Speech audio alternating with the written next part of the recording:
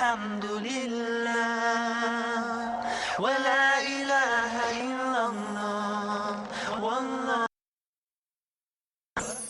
ولا حول ولا قوة إلا بالله العلي العظيم سبحان الله والحمد لله ولا إله إلا الله والله أكبر ولا حول ولا قوة إلا بالله العلي العظيم.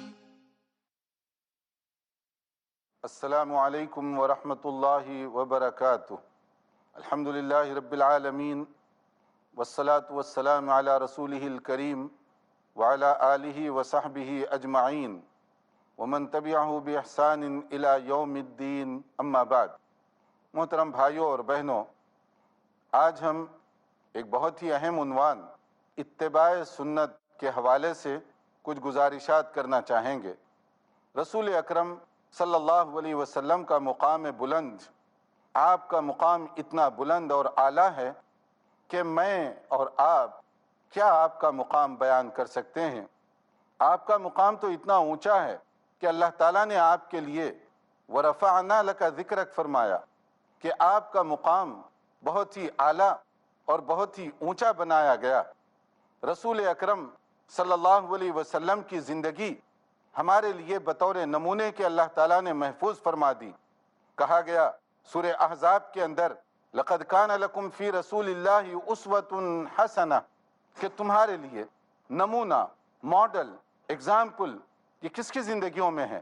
رسول اکرم صلی اللہ علیہ وسلم کی زندگی کو ہمارے لیے نمونہ بنایا گیا، ہمارے لیے ماڈل اور اسوہ بنایا گیا.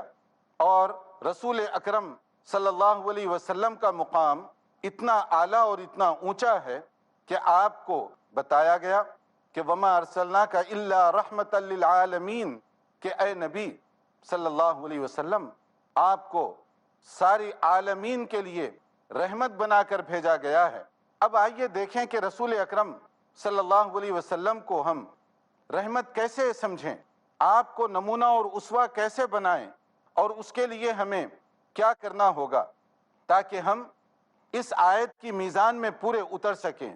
کیونکہ دنیا میں عام طور پر دیکھا گیا ہے کہ آدمی جس سے محبت کرتا ہے، جس سے اس کی عقیدت ہوتی ہے، آپ نے دیکھا ہوگا کہ اس کے ساتھ اس کا ایک تعلق بن جاتا ہے اور وہ اپنے لیے اس کو نمونہ اور ماڈل بنا لیتا ہے. بہت سے لوگ، آپ بہت سے نوجوانوں کو دیکھیں، وہ آئے دن اپنا لباس، اپنا حلیہ، اپنے بالوں کا اسٹائل بدلتے رہتے ہیں. کیوں بدلتے رہتے ہیں؟ انہیں جس کے ساتھ محبت ہے وہ چاہتے ہیں کہ میرا لباس، میرا ہیئر اسٹائل، میرے کپڑے، میرا چلنا پھرنا اسی کے مطابق ہو. کوئی اس کے لیے اپنا نمونہ کرکٹر کو بنایا ہوا ہے، کوئی فٹ بالر کو بنایا ہوا ہے، کوئی سنگر کو بنایا ہوا ہے، کوئی گویے کو، کوئی ناچنے والوں کو، اور کوئی فلمی اداکاروں کو اپنا نمونہ بنایا ہوا ہے.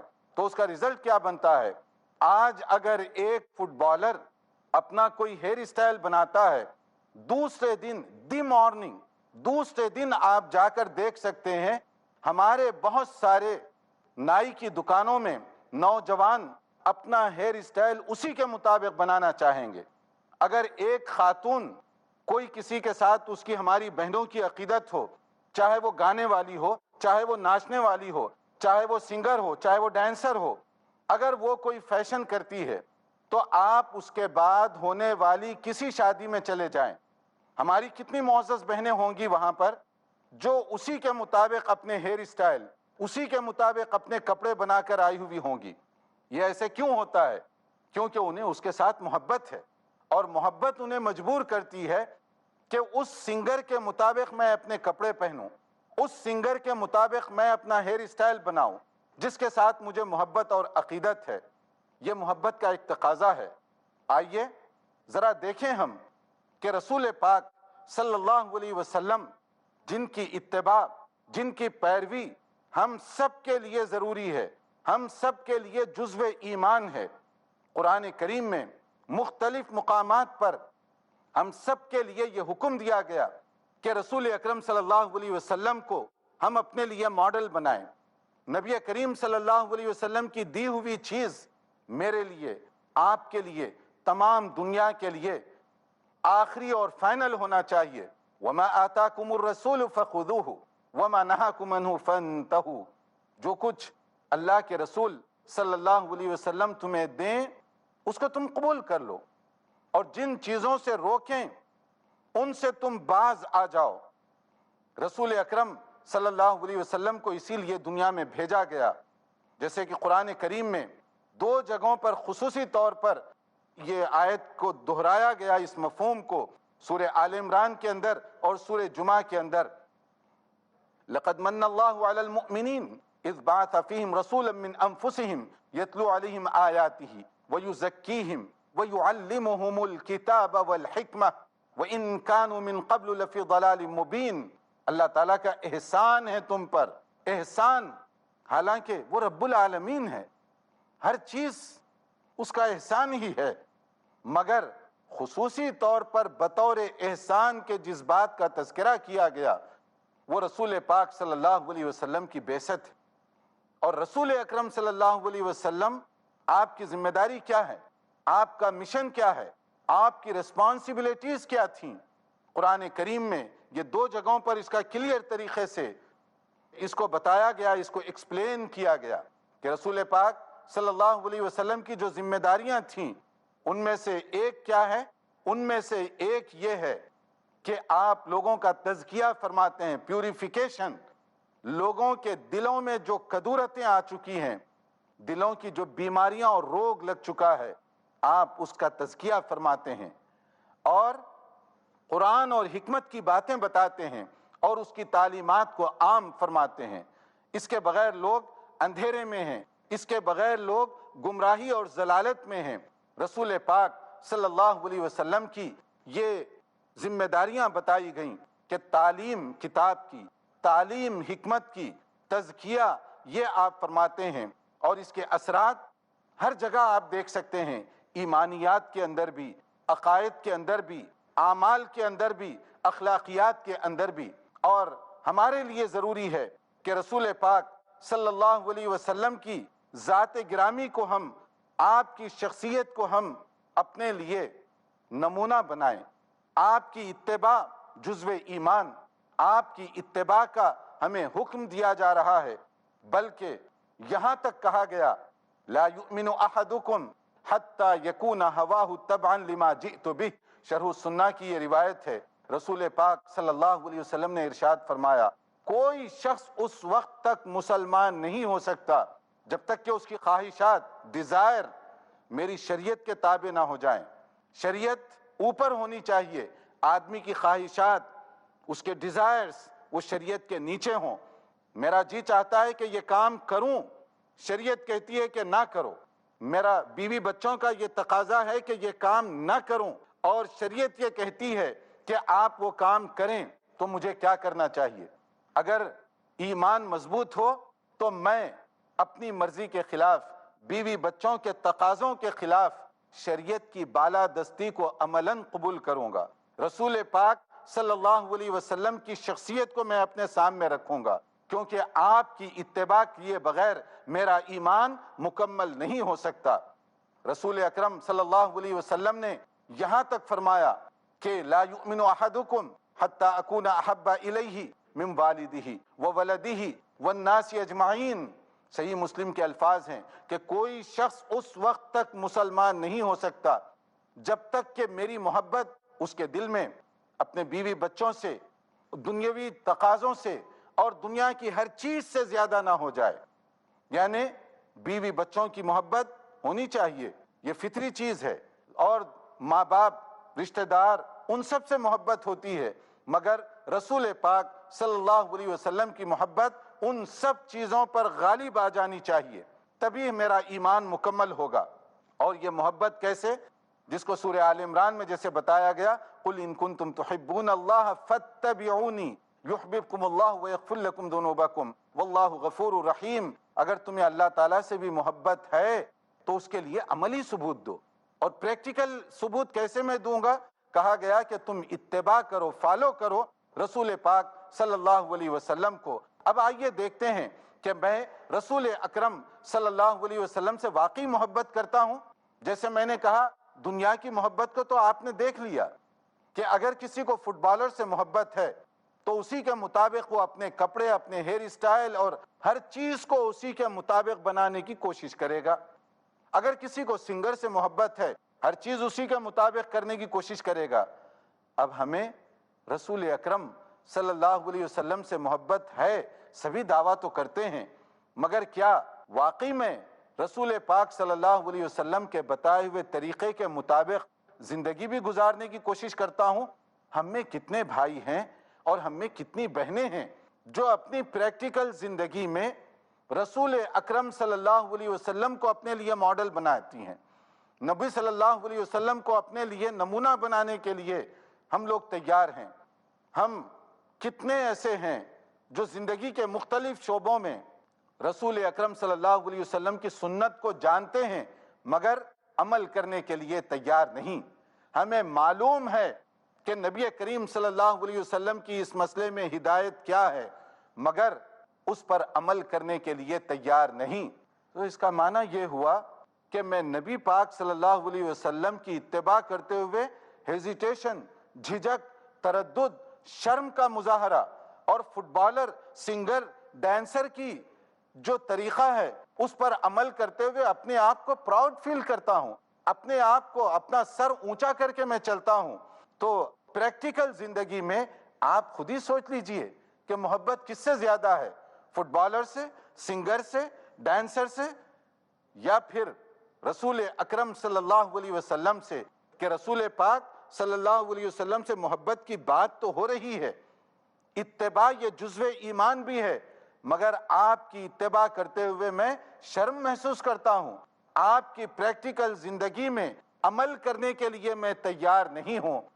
تو پھر ہم اپنے زبانی دعوے میں غلط ہوئے کہ نہیں ہوئے؟ ہمارا دعویٰ کھوکھلا ہوا کہ نہیں ہوا؟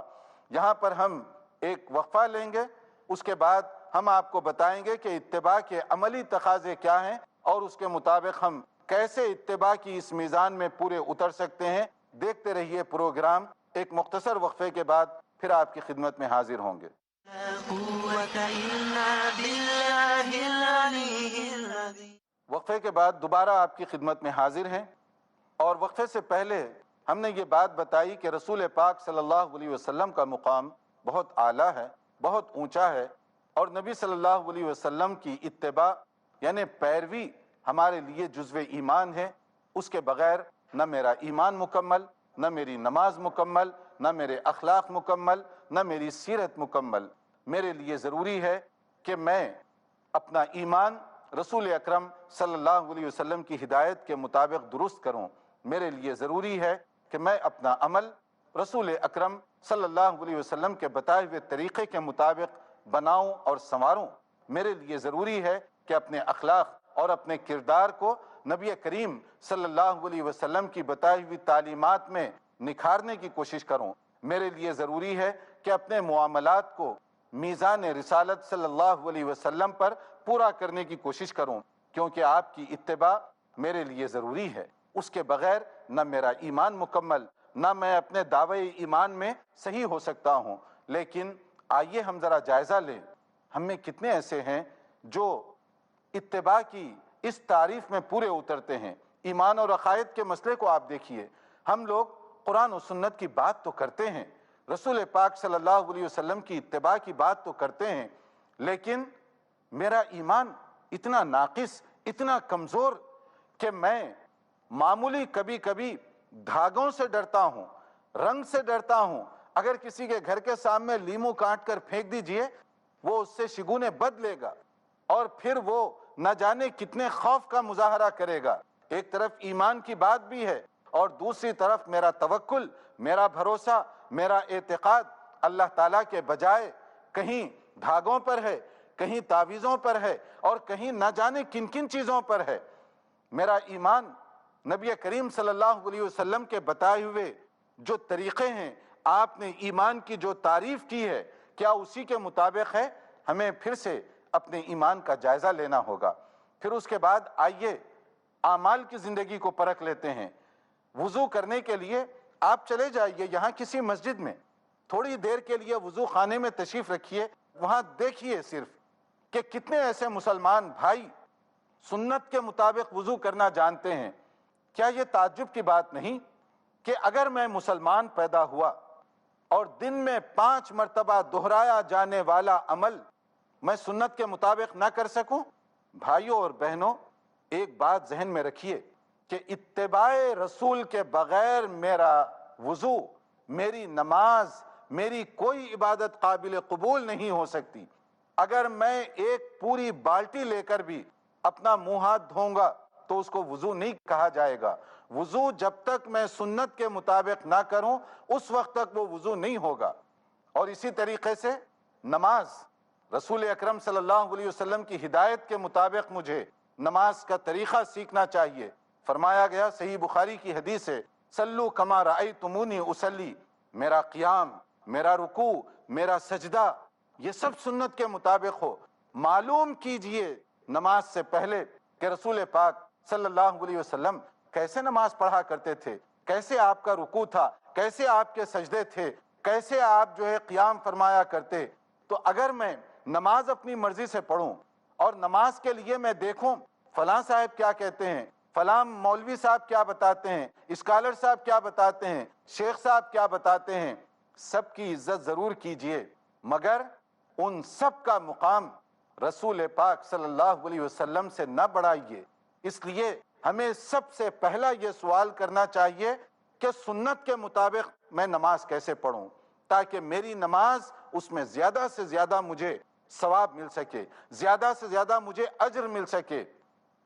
اور والدین جو معاملات کے مسائل ہیں، آئیے دیکھیے کہ اتباع سنت، نبی کریم صلی اللہ علیہ وسلم کی ہدایات کیا ہیں۔ والدین کے ساتھ میرا معاملہ کیا ہونا چاہیے؟ کیا کوئی شخص جو رسول اکرم صلی اللہ علیہ وسلم سے عقیدت کی بات کرے، محبت کی بات کرے، اور دوسری طرف وہ اپنے بوڑھے والدین کو اپنے لیے مصیبت سمجھے؟ آج کتنے ایسے ہمارے لوگ ہیں جو مغربی دنیا کے اندر خاص طور پر، اور یہ بدقسمتی سے یہ جراثیم مشرقی ممالک میں بھی پہنچتے چلے جا رہے ہیں کہ بوڑھے والدین کو ہم اپنے لیے بوجھ سمجھنے لگ گئے۔ وہ ماں جو اپنے دکھ درد کی قربانی اور پرواہ کیے بغیر اپنے آرام کی قربانی کر کے اپنے بچوں کی پرورش کرتی ہے، اس بوڑھی ماں کو میں اپنے لیے بوجھ سمجھنے لگ گیا۔ اور اس بوڑھے باپ کو جو اپنی زندگی کو نچوڑ دیتا ہے بچوں کی خوشی کے لیے، اس کو میں اپنے لیے بوجھ سمجھنے لگ گیا۔ اور یہاں اولڈ پیپل ہاؤس میں آپ چلے جائیے، بوڑھوں کے لیے جو گھر بنائے ہیں، جو ہاسٹل بنائے ہوئے ہیں، ان میں چلے جائیے۔ کیا اتباع سنت کا یہی تقاضا ہے کہ میں اپنے والدین کو اس طریقے سے وہاں پر ڈالوں؟ اور گھریلو زندگی کو بھی آپ ذرا دیکھیے کہ بیوی کے ساتھ میرا کیا معاملہ ہوتا ہے۔ آج کل یہ عجیب بات ہے کہ ہمارے پاس یہ جو سپریشن، ڈیورس اور پھر اس کے بعد علیحدگی، طلاق وغیرہ کے جو مسائل ہیں، فیملی لائف جس طریقے سے متاثر ہو رہی ہے، کون سی سنت کو ہم فالو کر رہے ہیں؟ کون سے رسول اکرم صلی اللہ علیہ وسلم کی اتباع ہم کر رہے ہیں؟ نبی کریم صلی اللہ علیہ وسلم نے تو ارشاد فرمایا، ترمذی کے الفاظ ہیں، خیرکم خیرکم لأہلکم وانا خیرکم لأہلی، تم میں بہترین آدمی وہ ہے جو اپنے گھر والوں کے ساتھ بہتر سلوک کرے۔ یہ ہے کرائیٹیریا، یہ ہے معیار کہ آدمی باہر کی دنیا والے، کمیونٹی سینٹر والے، مسجد والے اگر اس کی تعریف کریں تو وہ تعریف اس وقت تک ناقص اور ادھوری ہوگی جب تک کہ میری بیوی خود اس کی تعریف نہ کرے۔ یعنی پہلی گواہی مرد کے اچھا ہونے کے لیے وہ بیوی کی طرف سے ملنی چاہیے۔ ہم میں کتنے ایسے لوگ ہیں جو بیوی کے ساتھ نبی کریم صلی اللہ علیہ وسلم کی بتائی ہوئی تعلیمات کے مطابق زندگی بسر کرتے ہیں؟ کیا یہ تعجب کی بات نہیں کہ ایک طرف میں نمازی، ایک طرف میں ہمیشہ تسبیح اور مصلی کی بات کروں، اور دوسری طرف میری بیوی مجھ سے پناہ مانگے، بیوی کی زندگی میں دوبھر کر دوں، بیوی کے لیے وہ حقوق جو اللہ اور اس کے رسول صلی اللہ علیہ وسلم کی طرف سے دیے گئے، میں عملی زندگی میں اس کو دینے کے لیے تیار نہ ہوں۔ آج یہاں یورپ میں کتنے ایسے گھرانے ہیں اور مغربی ممالک، مشرقی ممالک، جس کے اندر دیکھیں یہ گھر گھر فتنہ مچ رہا ہے۔ گھریلو زندگیاں کس طریقے سے متاثر ہو رہی ہیں کہ ہم کون سی اتباع سنت کی بات کرتے ہیں اگر میری بیوی سنت کی خوشبو گھر میں محسوس نہ کر سکے، اور بچوں کے ساتھ ہمارا معاملہ کیا اتباع سنت پر عمل کرنے والے وہی کرتے ہیں جو ہم لوگ اپنے بچوں کے ساتھ کرتے ہیں؟ اور پھر شادی بیاہ کا جو مسئلہ ہوتا ہے، کیا ہم واقعی سنت پر عمل کرتے ہیں؟ اتباع سنت کہاں ہے وہاں پر؟ پریکٹیکل لائف میں کیا فورس میرجز، زبردستی کی شادی، جبری شادی کا رسول اکرم صلی اللہ علیہ وسلم نے حکم دیا یا اجازت دی؟ نبی کریم صلی اللہ علیہ وسلم کی زندگی میں اس کا کوئی تصور تک نہیں پایا جاتا۔ وہ آدمی جو اتباع سنت کا دعویٰ کرے، نبی صلی اللہ علیہ وسلم کی تعلیمات کو سمجھے، کیا کبھی وہ شادی بیاہ کے مسئلے میں اپنی بیٹی پر ظلم اور زیادتی کر سکتا ہے؟ بلکہ ایک نئی نویلی دلہن جب آپ کی خدمت میں حاضر ہوئی یہ شکایت لے کر کہ میرے باپ نے ایسی جگہ میری شادی کی جس کو میں پسند نہیں کرتی تھی، تو نبی صلی اللہ علیہ وسلم نے کیا اس بیٹی کو، اس نئی دلہن کو ڈانٹ ڈپٹ کر واپس کیا؟ نہیں۔ کہاں ہے اتباع سنت کی بات پریکٹیکل زندگی میں کہ نبی صلی اللہ علیہ وسلم نے اس نئی دلہن کو کہا کہ اگر تم چاہو تو اب بھی اس نکاح کو جو تمہاری مرضی کے بغیر زبردستی کر کے کیا گیا ہے اس کو ڈیزالو یعنی فسخ نکاح کیا جا سکتا ہے۔ ڈیزالویشن آف میرج کی بات آپ نے کی، تو اگر کوئی نبی صلی اللہ علیہ وسلم کی ہدایات کو سمجھے تو کیا وہ فورس میرج کی کوئی بات کر سکتا ہے؟ لیکن کتنے ایسے لوگ ہیں جو ہندوستان سے، پاکستان سے، بنگلہ دیش سے خاص طور پر ایسی جگہوں پر شادیاں اپنی بیٹوں کی یا بیٹیوں کی کر رہے ہیں جو اسلامی تعلیمات کے مطابق وہ بات پوری نہیں اترتی۔ پھر بھی ہم اتباع کی بات کریں تو اتباع صرف کیا تھیوری کا نام ہے؟ پیروی، فالو کرنا، یہ صرف ایک دکھاوے کی بات ہے یا صرف کہنے سننے کی بات ہے؟ نہیں، اتباع کہتے ہی پیروی کو ہیں۔ پیروی کے لیے عمل کرنا ہوتا ہے، پریکٹس کرنے کی ضرورت پیش آتی ہے۔ لہٰذا تمام گفتگو کا خلاصہ یہ ہے کہ رسول اکرم صلی اللہ علیہ وسلم کو اللہ تعالیٰ نے ہم سب کے لیے نمونہ بنایا۔ نبی کریم صلی اللہ علیہ وسلم کی پیروی جزو ایمان ہے۔ آپ کو فالو کیے بغیر میری کوئی عبادت قابل قبول نہیں ہو سکتی۔ میرا وضو، میری نماز، میری قربانی، میری زکوٰۃ، میرا حج، میرا صدقہ اور خیرات جب تک سنت کے مطابق نہ ہو اس کا فائدہ نہیں ہو سکتا۔ اس لیے ہمیں یہ کوشش کرنی چاہیے کہ ہم اپنے ایمان کو، اپنے اعمال کو، معاملات کو، اخلاقیات کو نبی کریم صلی اللہ علیہ وسلم کی ہدایت کے مطابق بنانے اور سنوارنے کی کوشش کریں، اور ہم اسی کے مطابق اپنی زندگی بسر کریں تاکہ پریکٹیکل زندگیوں میں بھی اتباع کی بات دکھائی دے سکے۔ اللہ تعالیٰ مجھے اور آپ کو نبی کریم صلی اللہ علیہ وسلم کی حقیقی معنوں میں اتباع کرنے کی توفیق اور سعادت عطا فرمائے۔ وآخر دعوانا ان الحمد للہ رب العالمین، والسلام علیکم ورحمۃ اللہ وبرکاتہ۔ سبحان اللہ والحمد للہ ولا الہ الا اللہ واللہ اکبر ولا حول ولا قوة الا باللہ